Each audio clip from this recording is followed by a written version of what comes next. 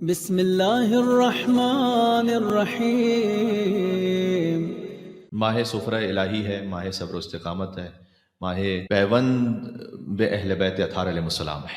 اتنی کثیر احادیث ہیں رمضان المبارک سے متعلق جو مخصوص ہیں اس ماہ خدا کے بارے میں، شہر اللہ۔ ایک بات تو یہ محسوس کیجئے گا، بیت اللہ اللہ کا گھر، اللہ وہاں رہتا نہیں ہے، اللہ کی اس گھر کی نسبت اللہ سبحانہ وتعالیٰ سے ہے، لہذا اسے بیت اللہ کہا جاتا ہے۔ تو ہر وہ شے یا ہر وہ ہستی جس کی نسبت اللہ سے ہو جائے اس کا احترام ہے۔ نبی اللہ، رسول اللہ، ولی اللہ، بیت اللہ۔ رمضان ہے شہر اللہ۔ بیت اللہ جب آپ جاتے ہیں تو حرم مکانی میں ہوتے ہیں، جب آپ شہر اللہ میں داخل ہوتے ہیں تو حرم زمانی میں ہوتے ہیں۔ ایک ہے حرم مکانی، وہ مقام کے جو اللہ کا حرم ہے، بیت اللہ جسے ہم کہتے ہیں۔ ایک ہے حرم زمانی جس کا تعلق ہے زمانے سے، وہ زمانہ کے جو اللہ کا حرم ہے۔ بیت اللہ حرم مکانی میں جانے کے لیے آپ کو سفر کرنا پڑتا ہے، یہاں سے سفر اختیار کیجئے اور جائیے خانہ کعبہ تک۔ حرم زمانی آپ تک خود پہنچتا ہے، آپ کو کہیں جانے کی ضرورت نہیں ہوتی۔ آپ دنیا میں جس شہر میں ہیں، جس مقام پر ہے، حرم زمانی آپ تک پہنچے گا۔ جب ہم حرم مکانی میں ہوتے ہیں تو بہت سی وہ حرکتیں اور عادات جو عام جگہوں پہ کر رہے ہوتے ہیں وہ اللہ کے حرم میں چھوڑ دیتے ہیں۔ بس یہی تقاضا ہم سے ہے کہ جب حرم زمانی ہے اللہ سبحانہ وتعالی میں تم ہو تو وہ عام جو زندگی کا طریقہ اس کو بدل دو، بلکہ کچھ وقت کے لیے اللہ کے حکم سے حلال بھی چھوڑ دو۔ کھانا پینا حلال ہے، زوجہ سے حلال تعلقات وہ حلال ہیں، لیکن کچھ وقت کے لیے اللہ کے حکم سے حلال چھوڑ دو تاکہ باقی وقتوں میں حرام چھوڑنے کی ایسی قوت تمہیں نصیب ہو جائے کہ در حقیقت رمضان المبارک تقویت ارادہ کا مہینہ ہے، یعنی ارادہ مضبوط ہو جاتا ہے۔ مولا علی علیہ السلام کی جو وصیت ہے نا، اوصیکم بتقوی اللہ ونظم امرکم، یہ مولا علی علیہ السلام کی وصیت اس طرح شروع ہوتی ہے۔ مولا کی شہادت بھی ہے رمضان میں۔ مولا نے کہا میں تمہیں تقوی الہی کی نصیحت کرتا ہوں ونظم امرکم، اور اپنے کاموں کو منظم کرو۔ ایک پلان ہونا چاہیے کام میں۔ بہت سادہ سی مثال اس کی یہ ہے کہ کب پروگرام شروع ہو اور کب ختم ہو، اس کا کوئی وقت ہی متعین نہ ہو، تو یہ امور میں نظم نہیں ہے۔ امور میں نظم اس وقت ہے کہ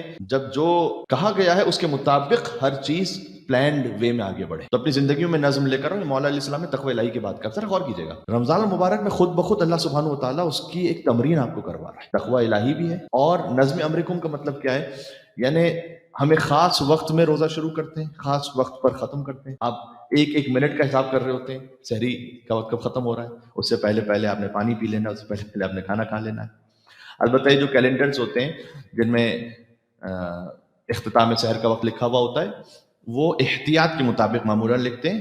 اصل روزہ تو فجر کے وقت سے شروع ہوتا ہے، لیکن اس بات کی احتیاط کے لیے کہ آپ نے روزے کو صحیح وقت پر شروع کر دیا، آپ پہلے سے کھانا پینا بند کر لیتے ہیں۔ معمولاً 10 منٹ کا احتیاط کا وقت لکھا جاتا ہے، لیکن اگر آپ نے 5 منٹ پہلے بھی روزہ بند کیا تو روزہ ٹھیک ہے، اس لیے کہ آپ نے اس وقت روزہ بند کر دینا اپنا، یعنی کھانا پینا بند کر دینا ہے کہ جب آپ کو یہ یقین ہو جائے کہ ہاں فجر سے پہلے تک میں نے جو سحری کا عمل تھا وہ پورا کر لیا۔ سحری میں برکت ہے، حدیث میں آیا ہے کہ بعض لوگ جو کہ روزہ رکھتے ہیں لیکن سحری نہیں کرتے، فرمایا کہ چاہے کھجور ہی سے سحری کرو تو اس سحری کو آپ انجام دیجئے، اس لیے کہ اس میں برکت اللہ سبحانہ وتعالیٰ نے رکھی ہے، اس وقت میں اللہ سبحانہ وتعالیٰ نے جاگنے کی تاکید رکھی ہے۔ تو بہرحال ایک خاص منظم طریقے سے ہماری زندگی آ جاتی ہے کہ ہمیں کتنے بجے کھانا ہے، کتنے بجے پھر افطار ہے۔ افطار کے وقت میں تو بہت زیادہ لوگ کوشش ہوتے ہیں کہ ہاں بھائی ٹھیک ہے، جیسے ہی وقت ہو رہا ہے تو نماز پڑھ لی جائے اگر افطار سے پہلے، مغرب کی اور عشاء کی، تو یہ ویسے زیادہ افضل ہے عام حالات میں، بلکہ حدیث میں آیا ہے کہ روزے دار کی نماز کا ثواب لکھا جائے گا مغرب اور عشاء کا۔ اگرچہ کہ ٹیکنیکلی روزہ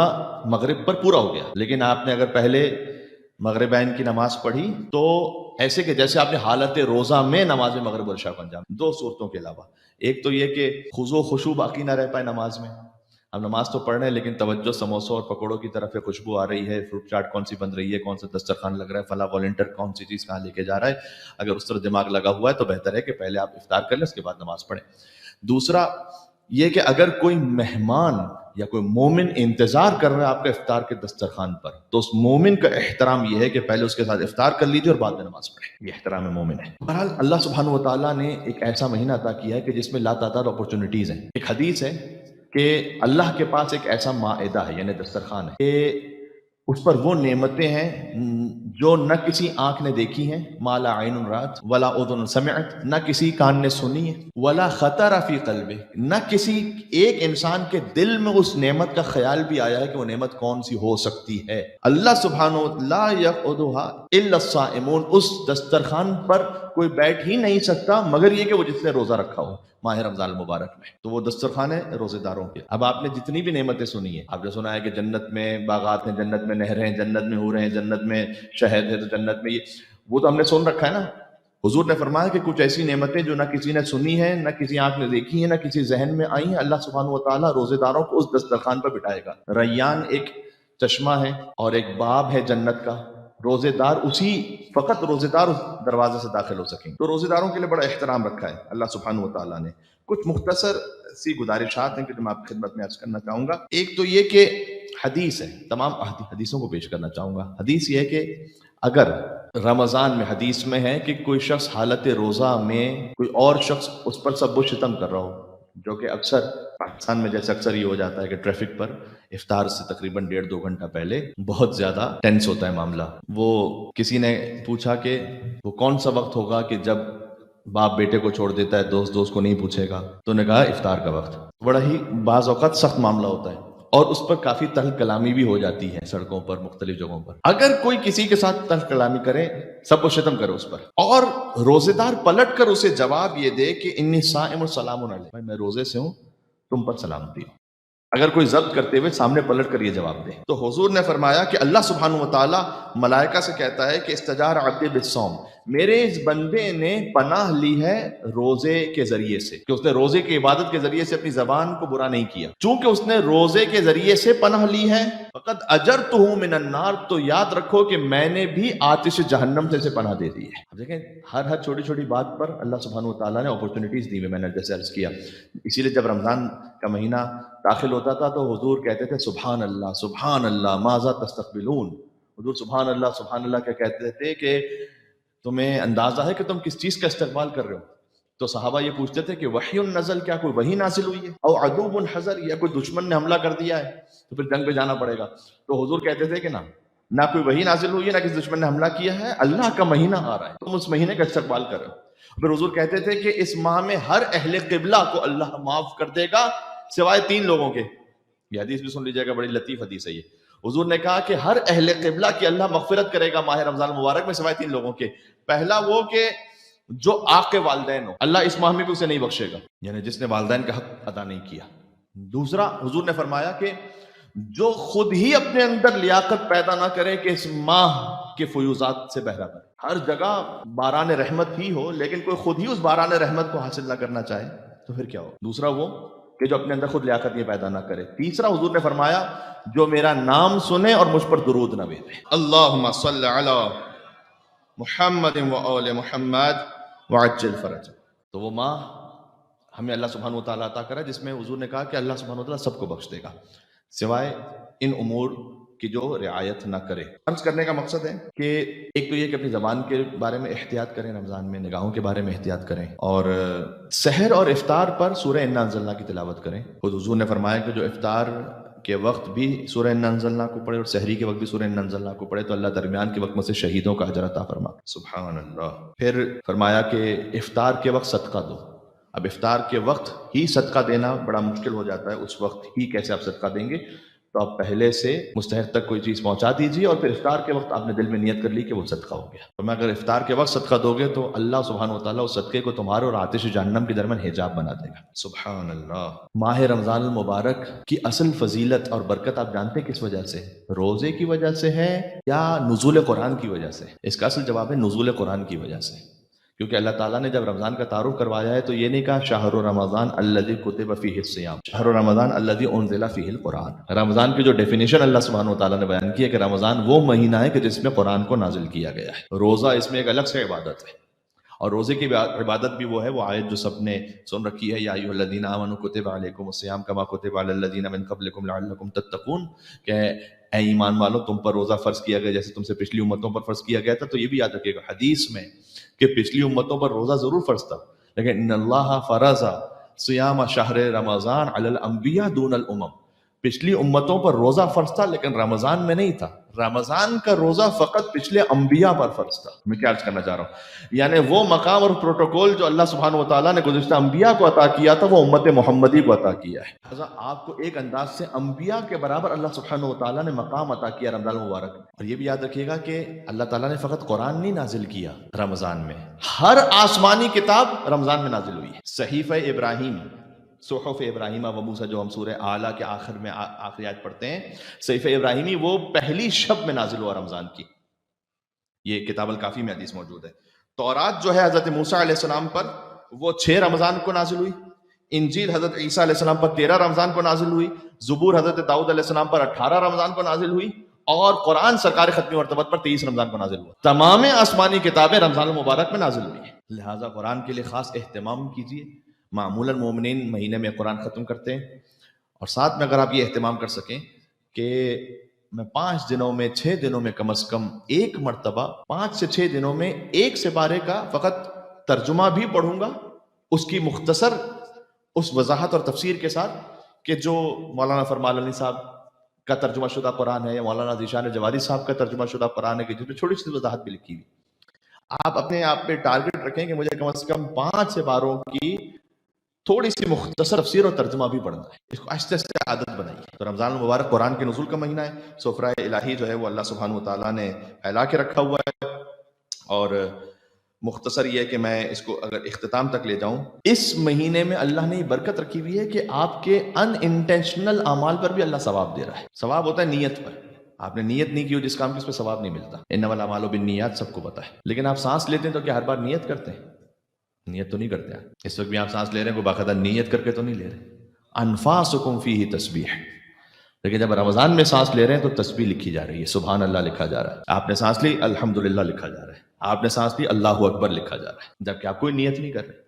سانس تو ایک غیر ارادی عمل ہے. سونا غیر ارادی عمل ہے. سوتا انسان ارادے کے ساتھ ہے، لیکن جب سو چکا ہوتا ہے تو اس وقت وہ اپنے ارادے میں نہیں ہوتا. نومکم فیہ عبادہ. سونا عبادت ہے. ایک ہی کا تاریخ میں سونا عبادت رہا ہے، وہ ہے علی ابن ابی طالب علیہ الصلوۃ والسلام، جو شب ہجرت بستر رسالت پر ایسے سوئیں کہ علی کا سونا مرضی پروردگار بن گیا. تو اللہ سبحانہ یا علی سبحان. تو غیر ارادی افعال پر بھی اللہ سبحانہ و تعالی ثواب اور اجر عطا کر رہا ہے، اس شرط کے ساتھ کہ آپ جو ارادی افعال ہیں ان میں اللہ کی معصیت ہے. تو دیکھیں پہلے سے ایک منصوبہ بنائیے گا، اس لیے کہ رجب گزر گیا، شعبان گزر گیا، پتہ بھی نہیں چلا.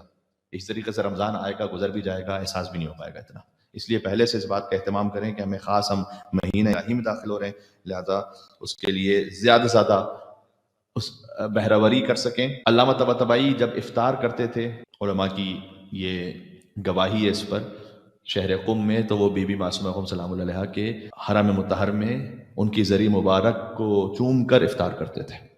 کہتے تھے کہ میں اپنا روزہ اس سے کھولتا ہوں. اس لیے ماہ ولایت بھی ہے. یہ شب قدر کیا ہے؟ شب قدر شب ولایت ہے. اپنے آپ کو جوڑنا ہے امام زمانہ علیہ السلام سے. شب قدر یہ تنزل الملائکۃ والروح فیہا، ملائکہ نازل ہی ہو رہے ہیں ہر امر کو لے کر امام زمانہ علیہ السلام کے پاس. اور ہمارے تو اس لیے بلکہ ایک بڑی لطیف حدیث ہے. اگر آپ نے رمضان المبارک کے بارے میں کچھ بھی نہ سنا ہو فضیلت میں، تو یہ ایک حدیث کافی ہے کہ مولا کائنات سے منسوب ہے کہ رسول اللہ صلی اللہ علیہ وسلم نے فرمایا کہ رمضان المبارک کی فضیلت باقی تمام مہینوں پر ویسی ہے جیسے علی ابن ابی طالب کی فضیلت باقی انسانوں پر ہے. یہ حدیث آپ تک پہنچی؟ علی ابن ابی طالب کا اور کسی اور کا کوئی تقابل ہے؟ کوئی تقابل نہیں. ویسے رمضان المبارک کا اور کسی اور مہینے کا کوئی تقابل نہیں. تو یہ حضور نے فرمایا. اور امیر المومنین جب اس رمضان المبارک کی فضیلت کے بارے میں خطبہ ارشاد فرما رہے تھے تو پھر اس کے بعد مولا نے یہ بھی کہا کہ میں نے رسول اللہ سے یہ سنا ہے کہ سید الشہور میں سید الاولیاء کو شہید کیا جائے گا. حارث ہمدانی کھڑے ہوئے، انہوں نے کہا کہ اے مولا، آپ نے جو سنا رسول اللہ سے کہ سید الشہور میں سید الاولیاء کو شہید کیا جائے گا، تو سید الشہور کا مطلب کیا ہے، سید الاولیاء کا مطلب کیا ہے؟ تو مولا نے جواب دیا کہ سید الشہور رمضان ہے اور سید الاولیاء میں ہوں. تو میری شہادت ہوگی رمضان میں. اور اس وقت اتنا گریا ہوا اس محفل میں کہ اس کے بعد مولا علی علیہ السلام اپنے خطبے کو آگے جاری نہ رکھ پا، وہیں خطبہ مکمل ہو گیا. تو امیر المومنین کی شہادت ہے ماہ رمضان المبارک میں. مولا حسن علیہ السلام کی ولادت ہے، میں نے عرض کیا ماہ ولایت ہے. یہ بھی حدیث سنا دوں سامنے آ گئی تو کہ اللہ کے علاوہ کوئی جانتا ہی نہیں ہے کہ اللہ نے کتنے فرشتوں کو خلق کیا ہے جو روزے داروں کے لیے دعا کرتے ہیں. یہ امام نے فرمایا اللہ کے علاوہ ان کی کوئی تعداد جانتا ہی نہیں ہے.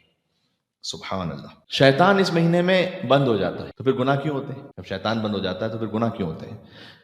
یہ در حقیقت ہماری غلط فہمی ہے کہ سارے گناہ ہم سے شیطان ہی کروا رہا ہے. بہت سے کام ہم خود بھی کر رہے ہیں، شیطان پہ ڈال رہے ہیں. وہ تو خود قرآن میں موجود ہے کہ شیطان بہت سے گناہ گاروں سے اس وقت برات کا اظہار کر دے گا. شیطان برات کا اظہار کر دے گا کہ پروردگار میرا ان سے کوئی تعلق ہی نہیں، یہ جو کام کر رہے تھے خود کر رہے تھے، مجھ پہ نام لگا رہے تھے، میرا کوئی تعلق نہیں. جیسے ہوتا ہے نا بعض حاجی، ان کا شیطانوں سے رشتہ اتنا مضبوط ہوتا ہے کہ وہ کنکر تو مار رہے ہوتے ہیں شیطان کو، اور شیطان خود ہی مسکرا کے گویا کہہ رہا ہوتا ہے کہ پتھر تو آج مار رہے ہو لیکن آنا تمہیں ساری زندگی میرے پاس ہی ہے. تو ایک بڑی قرآنی اعتبار سے ایک لطیف بات اس پہ ذرا غور کیجیے گا. شیطان بند ہو جاتا ہے، یہ شیطان سے مطلب ابلیس ہے، سب جانتے ہیں، مولانا کون سی نئی بات ہے، لیکن غور کیجیے گا قرآن کریم میں 88 ٹائمز ہے جہاں پر شیطان کا لفظ مختلف فارمیشنز میں یوز ہوا ہے. ٹھیک ہے، ابلیس کا لفظ 11 مرتبہ یوز ہوا ہے. میں ایک بات آپ تک کہنا چاہتا ہوں، اس سے بہت سارے آپ کے معاملات اور بہت ساری کنفیوژن دور ہو جائیں گے.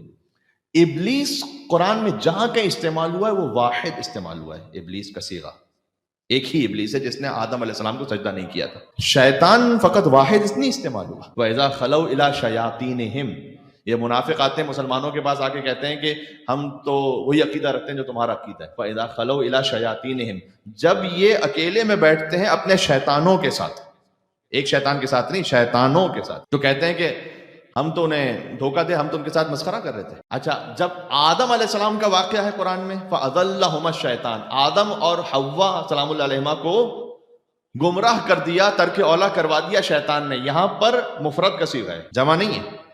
ابلیس کا لفظ پورے قرآن میں سنگولر صیغے کے ساتھ ہے، لیکن شیطان کا لفظ کبھی سنگولر صیغے کے ساتھ ہے، کبھی جمع کے ساتھ، اور اسی لیے شیاطین جن و انس کا ذکر موجود ہے. تو اللہ سبحانہ و تعالیٰ وہ جو ابلیس ہے اسے بند کر دیتا ہے رمضان میں. باقی جو سارے شیطان ہیں وہ کھلے ہوتے ہیں، کچھ انسانوں میں بھی شیطان ہے جو کھلے ہوتے ہیں. اب اگر فرض کیجئے کہ کوئی خود ہی شیطان ہے اور پوچھ رہا ہے کہ مولانا رمضان میں گناہ کیوں ہو رہا ہے مجھ سے، ارے آپ تو خود کافی ہیں اپنے لیے، آپ کو کوئی ضرورت ہی نہیں کہ کوئی اور آ کے بہکے آپ کو. اس لیے کہ اللہ تعالیٰ نے لکھا ہے قرآن میں موجود ہے کہ کچھ شیطان جنوں میں سے، کچھ شیطان انسانوں میں سے.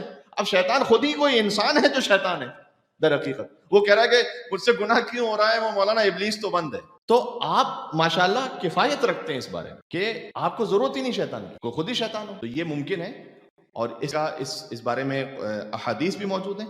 کچھ لوگ ہیں کہ جو قرآن میں موجود ہے کہ کچھ لوگ اپنا ولی شیطان کو بنا لیں، تو ان کے اولیاء شیاطین ہیں جو اہل بیت علیہ السلام کے علاوہ کسی اور کو ولی بنائے. چلیں ایک میں بات کہتا ہوں، کاش بات پہنچا سکوں میں، اور یہیں پہ بات کو پھر میں انشاءاللہ دعا کومل کی طرف لے کر جاؤں گا کچھ مسائل کے ذکر کے ساتھ. بڑی نہیں معلوم کہ میں کتنا سمجھا پاؤں گا اسے، لیکن انشاءاللہ آپ سے امید رکھتا ہوں.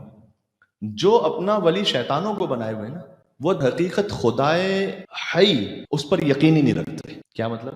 خدائے حی کی حکمت کا تقاضا ہے کہ وہ انسانوں کے لیے اپنی جانب سے حجت متعین کرے. اگر آپ کسی حجت کو نہیں مانتے نا، تو در حقیقت اس کا نتیجہ یہ نکلتا ہے کہ آپ کا خدا ہی پر صحیح عقیدہ نہیں ہے. بات واضح ہو رہی ہے میں کیا کہنا چاہ رہا ہوں؟ حجت کا عقیدہ پہنچتا ہے خدا کے عقیدے تک، خدا کا عقیدہ پہنچتا ہے در حقیقت آخر میں حجت کے عقیدے تک. شیطان جو ہے وہ حضرت آدم علیہ السلام کو نہیں مانتا، تو در حقیقت وہ خدا کو پھر صحیح نہیں مانتا. بات واضح ہو رہی ہے. جوش ملی آبادی نے کہا تھا، جوش ملی آبادی کا شعر ہے، ایک مردہ خدا. یہ خدا حی کی بات نہیں ہو رہی، ان شیطان پرستوں کی بات ہو رہی ہے. ایک مردہ خدا، مردہ خودی محو تماشا. ایک مردہ خدا، مردہ خودی محو تماشا. ایک زندہ خدا، زندہ خودی نو کے سنا. ابا عبداللہ الحسین علیہ السلام کا شہادت کے بعد بھی نو کے نیزہ پر قرآن کی تلاوت کرنا خدائے حی پر دلیل ہے، وجود خدائے حی پر دلیل ہے. یہ بات پہنچی آپ تک؟ تو جب آپ نے جوڑ لی اپنے آپ کو صحیح حجت کے ساتھ، تب آپ نے اپنے آپ کو صحیح اس رب کے ساتھ جوڑا ہے کہ جو رب العالمین ہے.